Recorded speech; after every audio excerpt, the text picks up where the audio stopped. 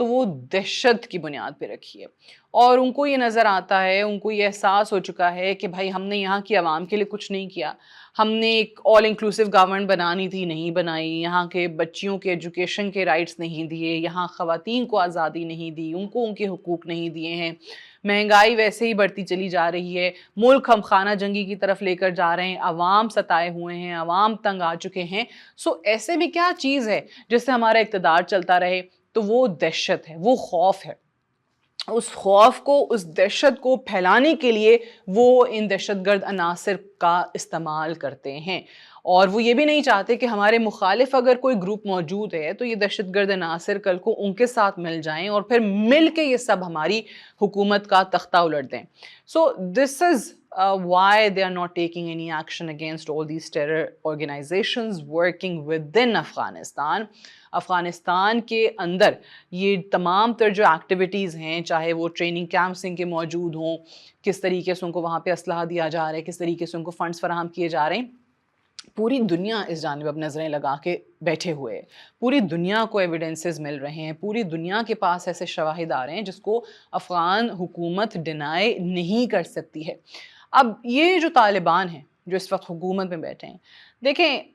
ایک چیز سمجھنے کی بہت زیادہ ضرورت ہے کہ ان کے خمیر میں ہے افراتفری، انتشار، یہ ان چیزوں سے نہیں نکل سکتے، جنگ و جدل سے نہیں نکل سکتے ہیں۔ یہ بڑا بنیادی سا ایک پہلو ہے کہ یہ لوگ ایسا کیوں کر رہے ہیں۔ اقتدار بھی ہے اور پھر ان کے خمیر میں تمام تر چیزیں ہونا۔ اب یہ افغانستان کے عوام کی نمائندہ حکومت نہیں ہے، یہ ایک حکومت کو گرا کے جنگ کے بعد اس کے نتیجے میں حکومت بنی ہے جو کہ ایک عبوری حکومت ہے۔ یہ ایک نمائندہ حکومت نہیں ہے جس کو آپ صحیح معنوں میں عوامی حکومت کہہ سکیں۔ اصولاً تو یہی تھا کہ الیکشنز ہوتے وہاں پہ اور عوام اپنا جو اگلا نمائندہ ہے، جو اگلی حکومت ہے، اس کا انتخاب کرتے جس کو صحیح عوامی نمائندہ حکومت کہا جا سکتا، جس پہ وہ انٹرنیشنل سینکشنز نہیں ہوتی، وہ پریشرز نہیں ہوتے جو کہ ان پہ ہیں، جو کہ طالبان پہ ہیں۔ ان کے وزراء کو آپ دیکھیں تو آئے روز آپ کو پتہ چلتا ہے کہ آج ایک پہ پابندی لگ گئی ہے، آج ایک پہ سینکشنز آ گئی ہیں، آج ایک کے اوپر ٹریول بین لگ گیا ہے۔ تو اس قسم کے ان کے لوگ ہیں جو اس وقت حکومت کو چلا رہے ہیں۔ اب ایران کے اندر جو مذاکراتی عمل ہوا اس سے بھاگ جانا، سعودی عربیہ کی نہ سننا، ترکی کی نہ سننا، قطر کی نہ سننا، اور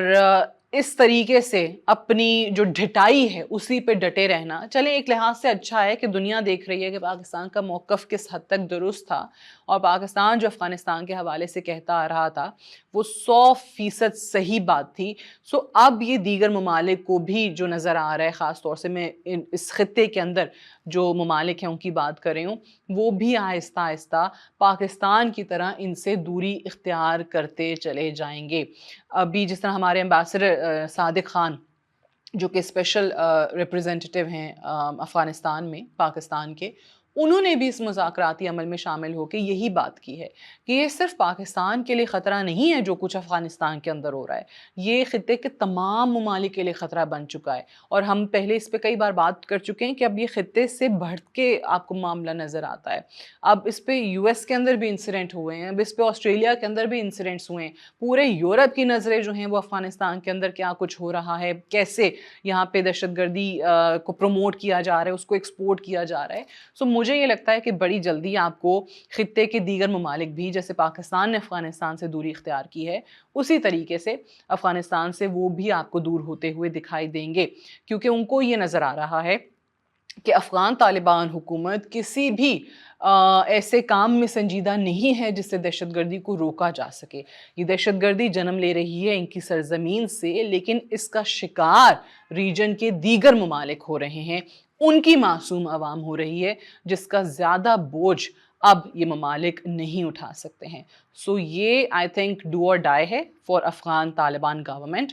اگر وہ ابھی بھی ان کے خلاف کوئی کارروائی نہیں کرتے، جو کہ اگین مجھے نہیں لگتا کہ آپ کو نظر آئے گی، سو طالبان حکومت اپنے پاؤں پہ کلہاڑا مارتے ہوئے خود ہی ایسا لگتا ہے کہ اپنا بوریا بستر گول کر کے آپ کو جلد ہی چلتے بنے دکھائی دیں گے۔ اور اگر ایسا نہیں ہوتا ہے تو پھر ان کے اپنے جو عوام ہیں،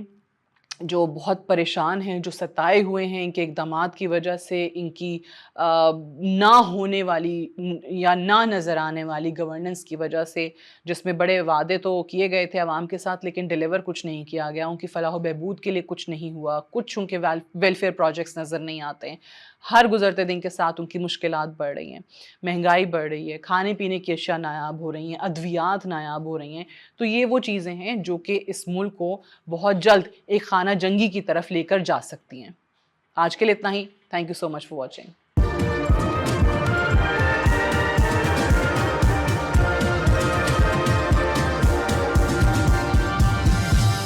You are watching Apna Watan.